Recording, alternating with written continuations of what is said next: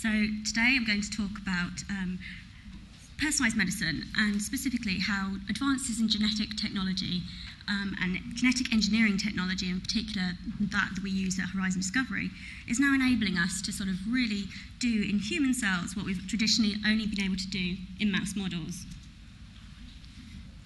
So personalised medicine has obviously been an up-and-coming area for a number of years, but recent advances mean that it has arrived in the here and now. And Horizon's objectives are really about trying to help deliver the right drugs to the right patients at the right time.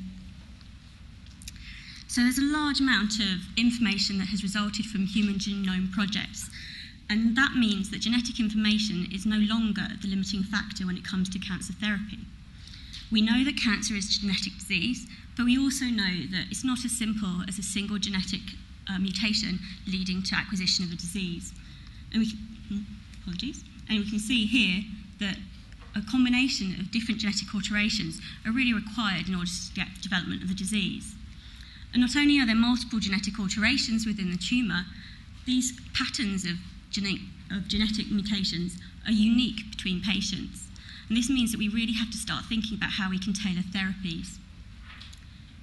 So the good news is that recent developments have led to really efficacious targeted agents, and these are effective and have shown really good responses when they are delivered to the right patients. And this is exemplified here in the case of a patient with BRAF mutant melanoma who was treated with PLX032. And you can see prior to therapy there are a number of tumorigenic lesions, and that shows really good response following therapy.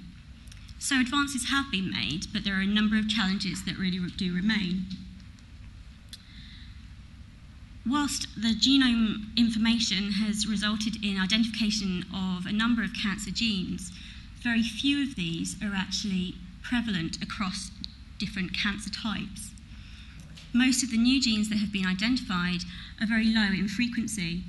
So the challenges for basic research is really to better understand the mechanism of these genes and to try and group them into functional pathways, which can enable sort of starting to actually design therapeutic strategies. And this is also important because a number of these genes are not directly druggable, so you really do have to have